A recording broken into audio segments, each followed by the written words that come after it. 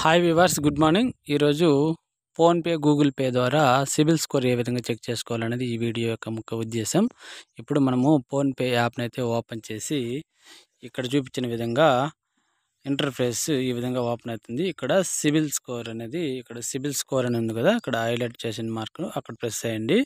Press చేసిన వెంటనే మనకి యాప్ అయితే ఈ విధంగా ఓపెన్ అవ్వడం జరుగుతుంది. ఇక్కడ లోడ్ అవుతుంది. లోడ్ అయిన వెంటనే మనకి ఇక్కడ సిబిల్ స్కోర్ అనేది చూపించడం జరుగుతుంది. 763 ఉందన్నమాట.